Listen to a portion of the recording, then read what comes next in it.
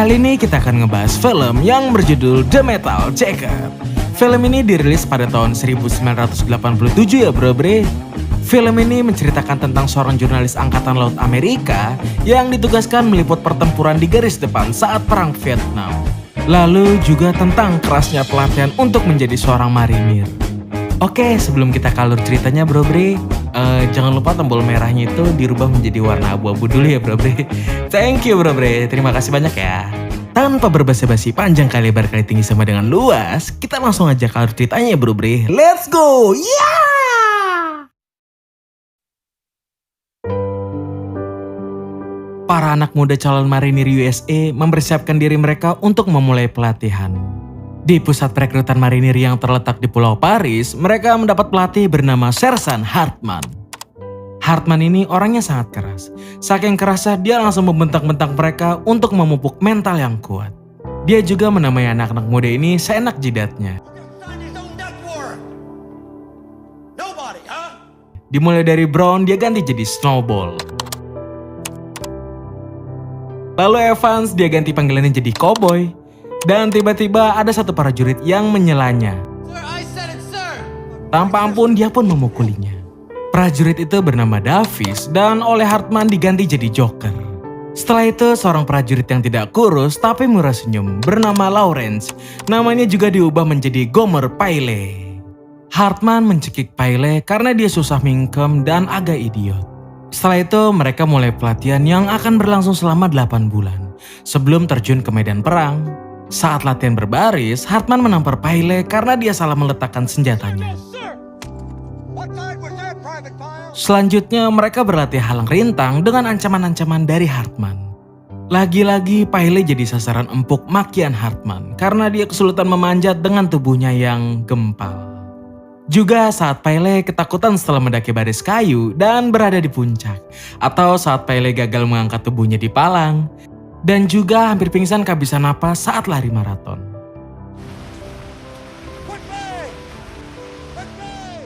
Besoknya, pagi-pagi Hartman membangunkan mereka untuk beribadah hari Minggu. Kita juga diperlihatkan Joker yang tidak percaya akan keperawanan Maria dihajar langsung oleh Hartman.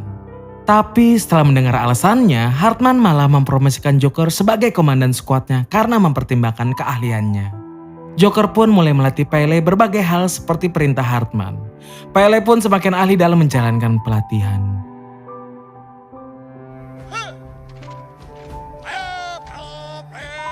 Kita diperlihatkan Hartman sedang melakukan pemeriksaan kuku. Lalu dia melihat lacinya Pyle tidak terkunci dan memaki-makinya sebagai orang yang ceroboh.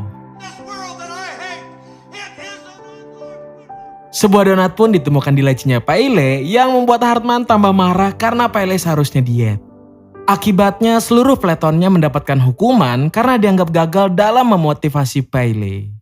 Malamnya seluruh anggota peleton selain Pyle menyiapkan sebuah donat di handuknya.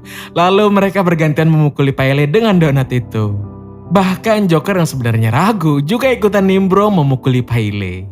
Lalu kita diperlihatkan Hartman sedang menceritakan sniper-sniper handal yang dilahirkan oleh marinir. Dan di sini juga tanpa ia ketahui Pyle sedang menatapnya dengan tatapan yang mengerikan. Suatu hari Joker melihat perubahan pada diri Pyle. Dia lalu memberitahu Cowboy kalau Pyle barusan bicara dengan senapannya. Cowboy hanya menanggapi kalau mungkin Pyle akan membuat ulah lagi. Keesokannya kita dikejutkan, Pyle sudah menjadi prajurit yang cekatan baik dalam teori maupun saat praktek. Dengan wajah yang sudah tidak idiot lagi, dia pun mendapat pujian dari Hartman. Setelah 8 bulan menjalani pelatihan yang berat, akhirnya mereka resmi menjadi marinir. Pyle, Snowball, dan Cowboy masuk ke divisi infanteri.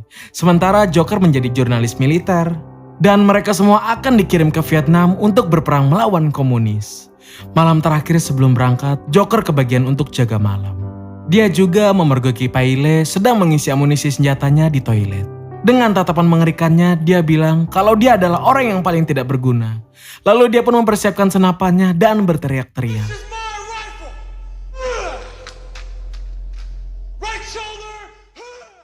Hartman yang terbangun pun marah-marah kepada Pyle.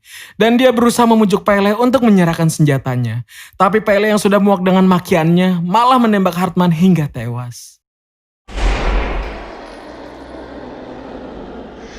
Lalu dia pun mengarahkan senapannya pada Joker yang sedang ketakutan. Namun yang terjadi selanjutnya, justru Pele membunuh dirinya sendiri. Beberapa tahun kemudian, Joker sudah bertugas di Vietnam Selatan. Dan di sana dia punya teman sesama jurnalis militer bernama Rafterman. Saat sedang rapat dengan atasannya, Joker diminta membuat cerita dramatis tentang pertempuran yang dia liput. Padahal di tempat dia meliput sama sekali tidak terjadi peperangan. Tapi atasannya memintanya untuk mengarang, karena pembaca lebih suka cerita yang mendramatisir. Malamnya Joker dan rekan jurnalisnya sedang bersantai, karena hari itu adalah hari perayaan tahun baru Vietnam. Tapi tiba-tiba, markas mereka diserang oleh pasukan Vietnam Utara. Mereka pun bersiap ke posisi peperangan. Dan saat pasukan musuh masuk, mereka pun terlibat baku tembak. Akhirnya Joker merasakan sensasi berperang untuk pertama kalinya. Besoknya di rapat jurnalis, diketahui bahwa penyerangan dadakan ini bukan hanya di markas peleton mereka, namun di semua wilayah yang dikuasai tentara Amerika Serikat. Dan sekarang posisi tentara Amerika Serikat sudah ibarat sandwich yang dikepung oleh komunis. Lalu atasan mereka menugaskan Joker dan Rafterman ke garis depan pertempuran. Mereka pun diantar menggunakan helikopter dengan seorang penembak bernama Door Gunner. Dia tanpa ampun menembaki siapa saja yang berada di bawahnya. Saat ditanya oleh Joker kenapa dia tega membunuh wanita dan anak-anak, Door Gunner bilang kalau yang penting tidak mengasihani mereka karena perang adalah neraka. Mereka pun akhirnya mendarat di tengah ladang.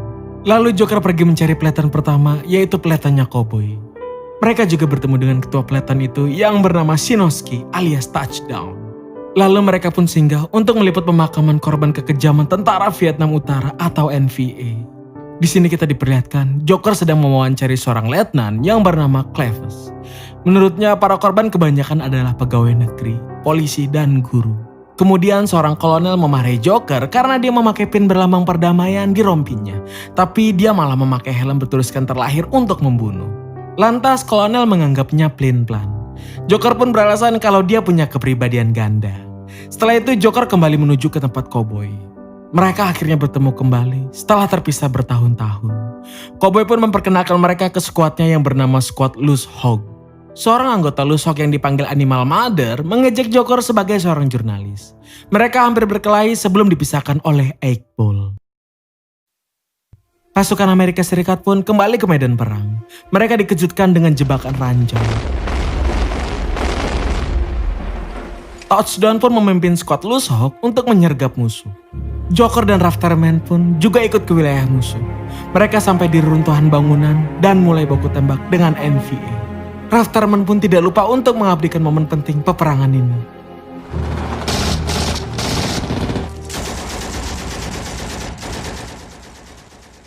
Akhirnya mereka pun berhasil memukul mundur pasukan NVA di wilayah itu. Joker dan timnya memfilmkan para tentara di tengah pertempuran. Animal Mother pun bilang kalau mereka berhasil melumpuhkan pasukan NVA yang memegang senjata penghancur tank hingga memudahkan mereka merebut kota. Skuad Loose Hog yang lain juga diwawancarai secara terpisah. Yang intinya pasukan Amerika Serikat sedang membantu warga Vietnam untuk meraih kebebasan mereka. Joker pun diwawancarai, dia bilang kalau dia ingin jadi orang pertama yang mengabarkan sebuah kematian. Setelah itu kita diperlihatkan seorang PSK menjajakan dirinya kepada skuad Loose Hog. Animal Mother pun merebut jatah pertama dari Egg Ball.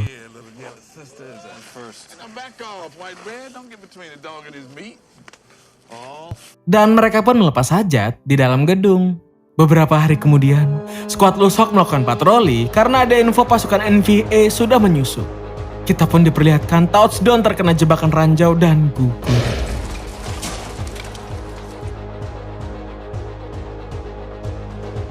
Lalu, Cowboy ditugaskan untuk memimpin skuad melanjutkan patroli. Di tengah patroli, Egg Ball baru sadar kalau mereka kesasar. Cowboy pun memerintahkan untuk berputar arah, dan Egg Ball yang akan mengecek jalur mereka. Kita diperlihatkan Egg Ball memeriksa sela-sela gedung. Lalu seorang sniper NVA menembaknya. Skuad Loose Hog pun membalas tembakan yang mereka sendiri tidak tahu dari mana asalnya. Cowboy juga meminta mereka untuk menghemat amunisi. Dia juga meminta bantuan tank ke markas.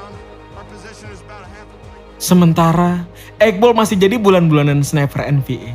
Seorang anggota pun berusaha mengevakuasi Egg Ball, tapi dia malah ikut terkena peluru sniper. Akhirnya Cowboy memerintahkan sisa anggotanya untuk mundur karena bantuan belum ada kabar. Tapi animal mother yang tidak mau meninggalkan Eggball memilih adu tembak dengan si sniper. Donlin Rock, come with me, we'll take a look. Rest you all stay put.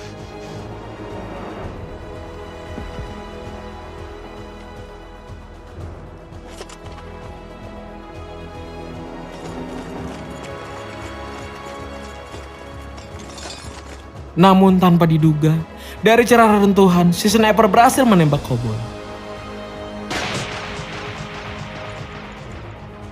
Mereka berusaha memberikan pertolongan pertama, tapi akhirnya koboi tak sanggup untuk bertahan. Setelah itu mereka berjanji untuk membalaskan dendam. Okay. Let's go get some payback. Mereka pun melemparkan granat asap untuk mengalihkan perhatian.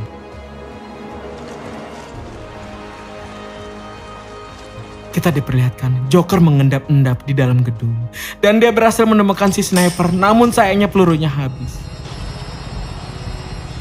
Lalu Raftarman pun datang membantu dan melumpuhkan si sniper.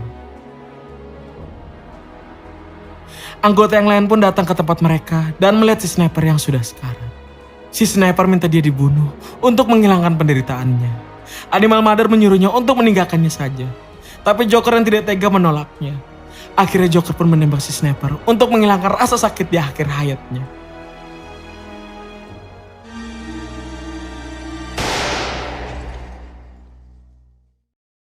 Malamnya, bala bantuan pun tiba.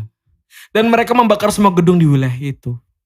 Dan film pun selesai.